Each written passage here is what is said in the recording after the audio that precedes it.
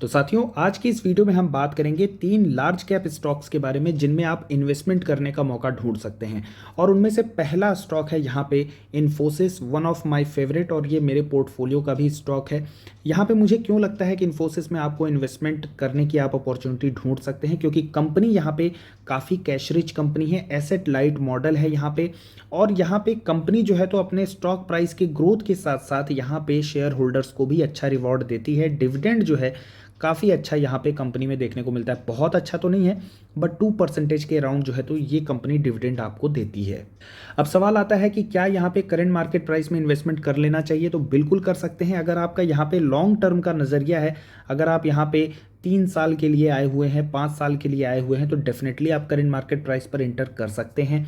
लेकिन अगर आप एक वैल्यू इन्वेस्टर हैं, आपको अगर लगता है कि यहाँ पे मैं थोड़ा और मार्केट को टाइम करके यहाँ पे एक अच्छी वैल्यू बाइंग की अपॉर्चुनिटी ढूंढ सकता हूँ 1400 1450 के आसपास, तो शायद अगर आप वहाँ पे वेट करना चाहें तो वेट भी कर सकते हैं।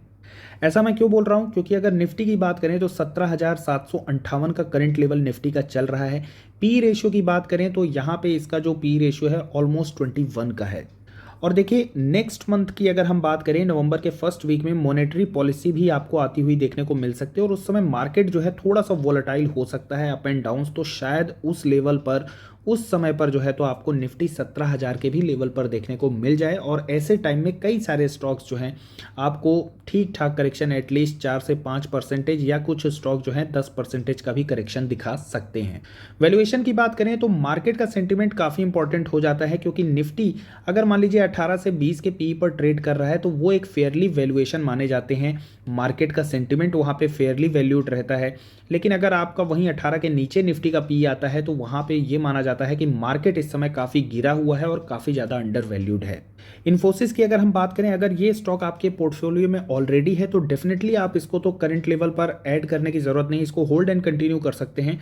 और डेफिनेटली आप जो है तो वेट कर सकते हैं, क्योंकि मैं भी इस स्टॉक का वेट कर रहा हूँ 1450 के लेवल पर। अगर वहाँ पे ये आता है तो अगेन मैं इसमें इन्वेस्टमेंट करने की अपॉर्चुनिटी ढूंढूंगा।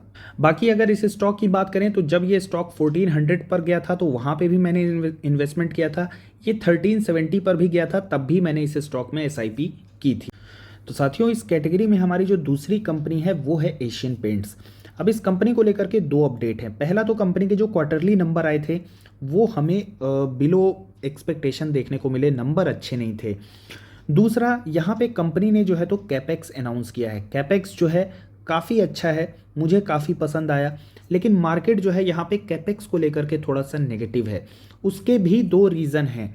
सबसे पहला रीज़न तो ये है कि कैपेक्स काफ़ी बड़ा होने वाला है। इसमें लगभग 5.5 थाउजेंड करोड़ का जो है तो ये कैपेक्स आपको देखने को मिलेगा। इससे कंपनी का जो फ्री कैश फ्लो है वो काफ़ी ज़्यादा गिर जाएगा। दूसरा, इस कैपेक्स का जो आउटकम है उसको आने में लगभग 3 से 5 साल लग जाएंगे। यानी कि ये मनी जो है तो कैपिटल इन्वेस्ट तो हो जाएगी, लेकिन उसका रिटर्न जो है वो आपको थोड़ा सा लॉन्ग टर्म में देखने को मिलेगा। तो यानी कि short to medium term company का जो आरओसी है वो भी डिप होता हुआ आपको देखने को मिलेगा। और इस वजह से मार्केट जो है इस कैपेक्स को भी नेगेटिवली रिएक्ट किया है, और यही रीज़न है कि इसके स्टॉक प्राइस में हमें गिरावट देखने को मिल रही है। लेकिन दोस्तों, इन द लॉन्ग रन अगर आप देखेंगे तो ये एक बहुत बड़ा कॉम्पिटिटिव एडवांटेज है एशियन पेंट्स के पास में, क्योंकि पेंट सेक्टर में ऐसी कोई भी कंपनी नहीं है जो अपने रॉ मटेरियल का प्रोडक्शन इन हाउस करती हो। तो यहाँ पे इस कैपेक्स के बाद जो एशियन पेंट्स है वो अपने रॉ मटेरियल का प्रोडक्शन इन हाउस करने वाली है। काफ़ी अच्छा उसका कॉम्पिटिटिव एडवांटेज मिलेगा एशियन पेंट्स को। Other than that, oldest company है ये हमारी कंट्री की। अगर हम बात करें 1942 से यहाँ पे ये पेंट सेक्टर में कार्य कर रही है। और यहाँ पे ये जो कंपनी है इस न सिर्फ इंडिया में बल्कि और भी बहुत सारी कंट्रीज़ में इसका बिजनेस हमें देखने को मिलता है। डेकोरेटिव पेंट सेक्टर की अगर हम बात करें तो मार्केट लीडर है एशियन पेंट्स। तो बहुत सारे प्लस पॉइंट्स हैं, और सिर्फ यही रीज़न काफ़ी नहीं है इस कंपनी के लिए। देखिए, अगर आप किसी भी म्यूचुअल फंड के पोर्टफोलियो के जाकर विजिट करेंगे तो आपको कुछ कंपनीज जो हैं वो बहुत कॉमन देखने को मिलेगी। इन्फोसिस देखने को मिलेगा, टीसीएस देखने को मिलेगा, एचडीएफसी बैंक देखने को मिलेंगे, आईसीआईसीआई बैंक हो गए, बजाज फाइनेंस हो गए। ये कुछ कंपनियां जो है ना, ये मोस्टली आपको जो है तो कई सारे म्यूचुअल फंड के पोर्टफोलियो में आपको देखने को मिलेंगे। एशियन पेंट्स हो गए, पीडी लाइट हो गए। तो ये सारी जो कंपनियां हैं वो आपको देखने को मिलती हैं। और उसका मेन रीज़न ये है क्योंकि इनका बिजनेस काफ़ी पुराना है, इनकी ब्रांड की वैल्यू है और इनके बिजनेस में काफ़ी ज़्यादा ट्रस्ट और काफ़ी ज़्यादा फेथ है। तो लार्ज कैप सेक्टर में जो आपको एक अच्छा कंपाउंडेड जो है तो वेल्थ क्रिएट करके दे सके विद जो ट्रस्ट होता है, विद जो फेथ होता है, तो वो ये सारी कंपनीज होती हैं। और डेफिनेटली ऐसी कंपनीज को आपको भी अपने पोर्टफोलियो में एक अच्छे वेटेज के साथ जगह देनी चाहिए। स्टॉक प्राइस की बात करें तो 3000 का लेवल काफ़ी क्रूशियल लेवल है। यहाँ से अगर इसमें स्टॉक प्राइस में गिरावट होती है तो ये स्टॉक जो है और नीचे आपको जाता हुआ देखने को मिल सकता है। और वो लेवल कौन से हो सकते हैं, वो हो जाएगा आपका एक तो यहाँ पे हो जाता है 2850 का लेवल, और दूसरा यहाँ पे आपका हो जाएगा ये 2650 का लेवल है, एंड देन यहाँ पे 2600। तो मेरे हिसाब से ये स्टॉक अगर आपको करेक्शन में 2800 के आसपास मिलता है तो डेफिनेटली इस स्टॉक में आप एंट्री करने के यहाँ पे प्लान कर सकते हैं, इन्वेस्टमेंट की इसमें प्लानिंग कर सकते हैं। और अगर आप चाहते हैं 3000 के लेवल पे भी एंट्री करने के लिए तो लॉन्ग टर्म के लिए अगर आप यहाँ पे आए हैं तो छोटी मोटी क्वांटिटी से यहाँ पे स्टार्ट कर सकते हैं।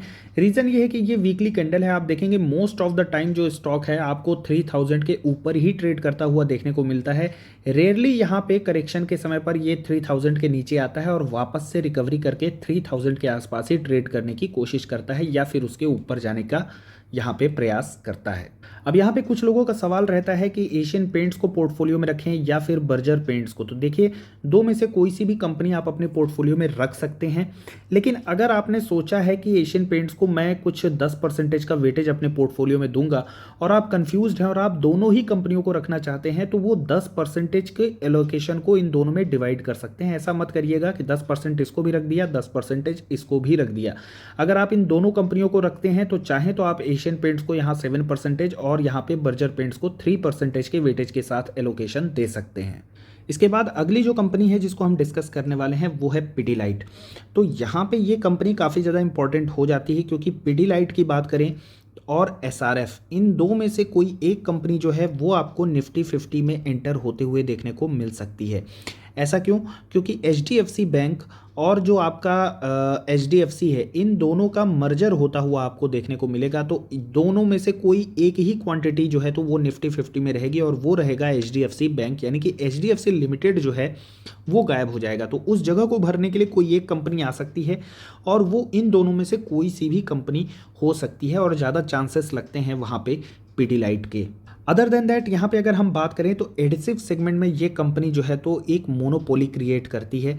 यहाँ पे जब भी एडिसिव या फिर किसी चिपकाने वाली अगर किसी भी चीज़ की अगर हम बात करें तो लोगों के दिमाग में सबसे पहले फेविकोल या फिर फेविक्विक आती है और दोनों के दोनों ही ब्रांड यहाँ पे पिडीलाइट के हैं। B2C की बात करें या फिर B2B सेगमेंट की बात करें, दोनों ही सेगमेंट में कंपनी का शानदार बिजनेस हमें देखने को मिलता है। और यहाँ पे आप देख सकते हैं ये स्टॉक जो है तो काफ़ी एक लो बीटा स्टॉक है, बहुत ज़्यादा यहाँ पे आपको जो है तो डेविएशंस देखने को नहीं मिलेंगे इस स्टॉक में। इनफैक्ट अगर कोविड की भी बात किया जाए तो आप देख सकते हैं 1250 के लेवल तक गया था और ये स्टॉक प्राइस लगभग 1600 के आसपास ट्रेड कर रहा था। तो वहाँ से भी बहुत ज़्यादा गिरावट इस स्टॉक में नहीं देखने को मिली थी। ऐसे में ये स्टॉक अभी जो है तो वापस से एक अच्छी रैली दिखाया है, लेकिन लॉन्ग टर्म का एक कंसिस्टेंट कंपाउंडर है। और ऐसे में ये स्टॉक जो है तो अगर आपको 2500 के लेवल पर मिलता है तो इस लेवल पर आप चाहें तो अपनी एसआईपी या फिर फ्रेश एंट्री लेने के बारे में सोच सकते हैं। फर्दर जो इसके सपोर्ट लेवल होंगे वो 2200 और फिर उसके बाद एक अल्टीमेट सपोर्ट जो है वो 2000 का है, जहाँ तक मुझे लगता नहीं कि यहाँ तक इसके आने के कोई चांसेस हैं। यहाँ पे इस स्टॉक के पास एक एडवांटेज होगा, अगर ये निफ्टी 50 में आता है तो जो लोग यहाँ पे निफ्टी 20 या फिर निफ्टी के स्टॉक्स में बाइंग करते हैं तो यहाँ पे फंड का इन्फ्यूज़न जो है आपको पिडीलाइट में भी एक्स्ट्रा फंड का इन्फ्यूज़न होता हुआ देखने को मिल सकता है, जिसका एडवांटेज यहाँ पे सीधा सीधा इसके स्टॉक प्राइस में आपको देखने को मिलेगा। तो साथियों, आज की वीडियो में बस इतना ही। आज हमने 3 लार्ज कैप स्टॉक्स के बारे में बात किया है। कल मैं 3 मिड कैप स्टॉक्स के बारे में बात करूंगा जो आपको एक अच्छी अपॉर्चुनिटी में और काफ़ी ज़्यादा करेक्शन के साथ अवेलेबल हैं, तो उन पर आप फोकस कर सकते हैं। फिलहाल अगर आज की ये वीडियो आपको नॉलेजेबल लगी हो और इन्फॉर्मेटिव लगी हो तो वीडियो को लाइक कर सकते हैं and do not forget to subscribe our channel. Thanks for watching the video.